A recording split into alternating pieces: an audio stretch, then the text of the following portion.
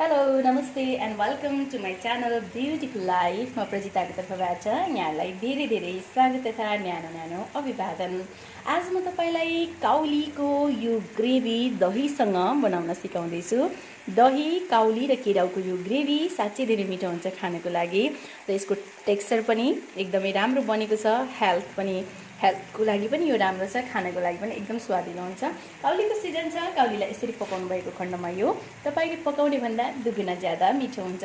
थोरै कागती र दहीको सम्मिश्रणमा बनाएको यो काउलीको तरकारी कसरी बनाउन सक्नुहुन्छ, आउनुहोस् म हजुरलाई सिकाउँदैछु आजको भिडियोमा। भिडियो मन पर्यो भने लाइक र सेयर गरिदिनु होला, मेरो च्यानललाई सब्सक्राइब गर्न नबिर्सनुहोला।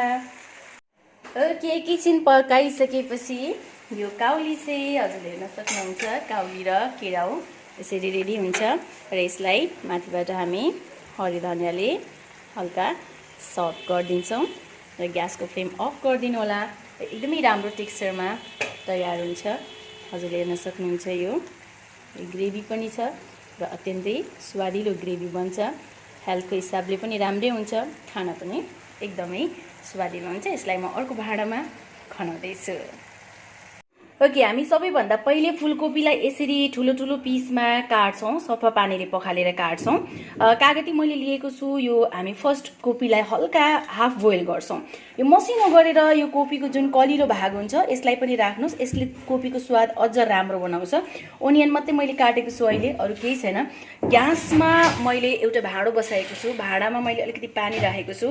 अब यसमा हामी के राख्छौँ भन्दाखेरि नुन राख्छौँ। नुन चाहिँ कोपीमा राम्रोसँग ऐलिनी लागोस् त्यसको लागि नुन राखिदिनुहोस्। अनि नुन राखेर हजुरले कागती राखिदिनुहोस्।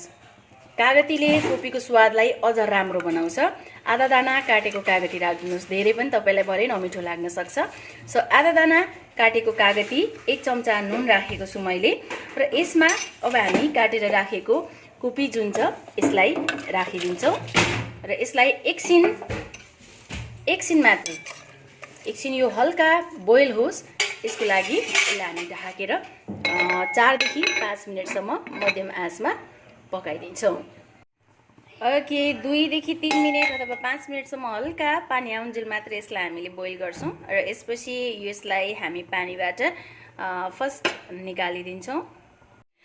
ओके, अब एउटा फ्राई प्यान बसाइदिनुहोस्। त्यसपछि यसमा अलिकति बेसी हामी तेल राख्छौँ, किनकि अहिले एकछिनमा हामीले पकाउने पनि यही तेलमा हो र कोपीलाई हल्का सेलो फ्राई पनि हामी यसमै गर्छौँ। र यो तेलमा हामी काउली राख्छौँ। तेल अलिकति तातोस्, ताति नै रहेछ तात्न त। र यसमा हामी काउली राखिदिउँ होइन। काउली राखेर यसलाई हल्का फ्राई गरिदिनुहोस्। थोरै हाफ फ्राई हामी गरिदिन्छौँ र यसलाई निकाल्नेछौँ। ओके, काउली यसरी हल्का हामी फ्राई गर्छौँ यसलाई र यसरी हल्का फ्राई भएपछि हजुरले के गर्नुहोस्, काउलीलाई पनि एउटा भाँडोमा निकालिदिनुहोस्। ओके, अब यही बाँकी रहेको तेलमा स्वादअनुसार गरम मसला हालिदिनुहोस्। मैले जस्ट ल्वाङ र मरिच मात्रै राखिदिएको छु। ल्वाङ र मरिच राखिसकेपछि यसमा हामी राख्दैछौँ प्याजलाई हजुरले यसलाई मिक्सरमा पिसे पनि हुन्छ अथवा यतिकै राखे पनि हुन्छ। मैले यतिकै राख्दैछु र यसलाई एकैछिन हामी रातो हुन्जेलसम्म प्याजलाई फ्राई गर्छौँ। यो तेल अलिकति बेसी भएको छ, त्यो तेल थोरै म निकाल्दैछु र यसलाई अलि मजाले फ्राई गर्दैछु। प्याज हल्का फ्राई भएपछि हामी यसमा अदुवा लसुनको पेस्ट पनि राख्छौँ र यसलाई अझ मजाले एकैछिन हामी फ्राई गर्छौँ। यसमा मैले 1 चम्चा अदुवा र 1 चम्चा लसुनको पेस्ट राखेको छु र यसलाई एकैछिन मजाले हामी फ्राई गर्दैछौँ। यो प्याज मजाले पाक्नुपर्छ अनि मात्रै तरकारीको स्वाद मिठो हुन्छ र अदुवा लसुन र प्याजलाई एकैछिन हामी यसरी नै पकाउँदैछौँ। ओके, एकैछिन यसरी फ्राई भइसकेपछि अब यसमा हामी के राख्छौँ, टमाटर राख्छौँ। टमाटर राखेर हामी एकैछिन यसलाई पकाउनेछौँ। टमाटर राख्छौँ, त्यसपछि तेलमा बेसार नराख्नु भनिन्छ। त्यो टमाटर राखिसकेपछि हामी अलिकति यसमा बेसार राखिदिन्छौँ।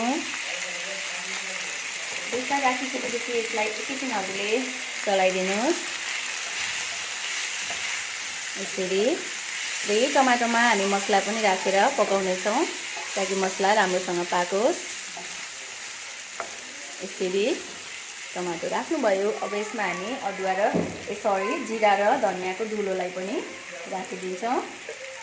धनियाँ र जिराको बहुत धुलो मिक्स धुलो रहेको छ, यसलाई नै मैले राखिदिएँ। धेरै मरमसला खानुभन्दा पनि ठिक्क खानु राम्रो हुन्छ। र खोर्सानी भने हामी एकैछिनमा राख्नेछौँ। अहिलेलाई यसरी नै हामी यसलाई छोपेर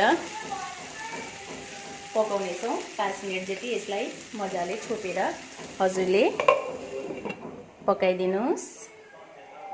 ओके, एकैछिन यसलाई पकाइसकेपछि हामी यसमा नुन पनि राख्नेछौँ र राम्रोसँग यसलाई चलाउनेछौँ। यसमा नुन राखिदिनुहोस् र राम्रोसँग एकछिन यसलाई हामी पकाउँदै चलाउनेछौँ। मैले 1 मिनट मात्र पकाएको छु किनकि अघि मैले नुन राख्न बिर्सेको थिएँ।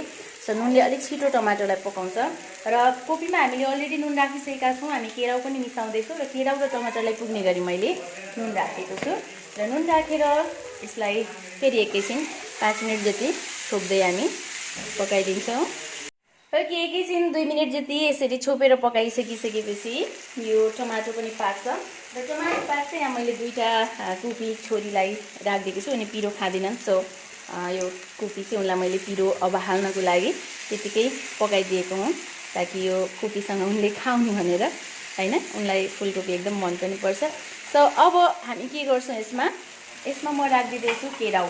केराउ मैले लिएको छु, हजुरले भिजाएर लिए पनि हुन्छ। मैले काँचो केराउ लिएको छु र काँचो केराउ राखेर हामी एकैछिन यसलाई फेरि 2 मिनट जति यतिकै पकाउँछौँ।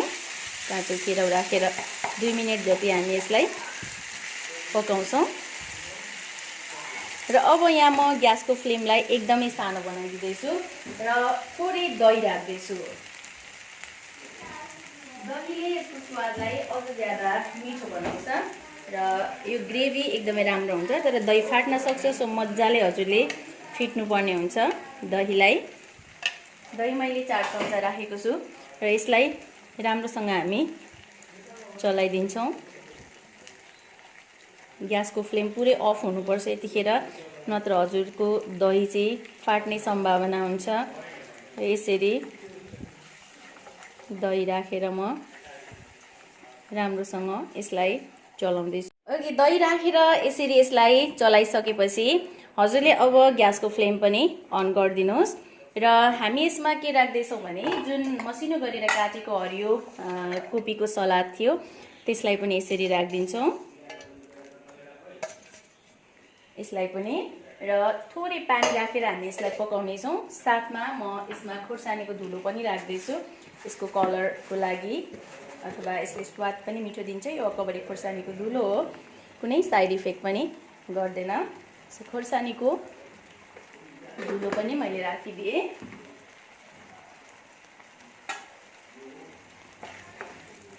र यसलाई एकैछिन यसरी चलाइदिन्छौँ र यसमा अब हामी थोरै तातो पानी राखिदिन्छौँ।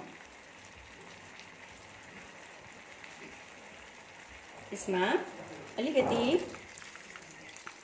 हजुरले तातो पानी राखिदिनुहोस्। कति अनुसारको तपाईँले ग्रेभी खान चाहनुहुन्छ त्यही अनुसारको तातो पानी राखिदिनुहोस्, किनकि हाम्रो केराउ पनि अलिकति पाकिसकेको छैन। र यसमा अब हामीले फ्राई गरेर राखेको काउलीलाई पनि राखिदिन्छौँ। फ्राई गरेर राखेको काउली जुन छ यसलाई पनि राखिदिन्छौँ र राम्रोसँग चलाइदिनुहोस्। अब यसलाई हामी छोपेर मध्यम आँचमा 10 मिनटसम्म पकाउनेछौँ। सो 10 मिनट यसलाई छोपेर हामी पकाउनेछौँ, त्यसपछि म हजुरलाई देखाउनेछु। ओके, एकैछिन पकाइसकेपछि यो काउली चाहिँ हजुरले हेर्न सक्नुहुन्छ, काउली र केराउ यसरी रेडी हुन्छ र यसलाई माथिबाट हामी हरियो धनियाँले हल्का सर्भ गरिदिन्छौँ र ग्यासको फ्लेम अफ गरिदिनु होला। एकदमै राम्रो टेक्सचरमा तयार हुन्छ। हजुरले हेर्न सक्नुहुन्छ यो ग्रेभी पनि छ र अत्यन्तै स्वादिलो ग्रेभी बन्छ। हेल्थको हिसाबले पनि राम्रै हुन्छ, खाना पनि एकदमै स्वादिलो हुन्छ। यसलाई म अर्को भाँडामा खनाउँदैछु।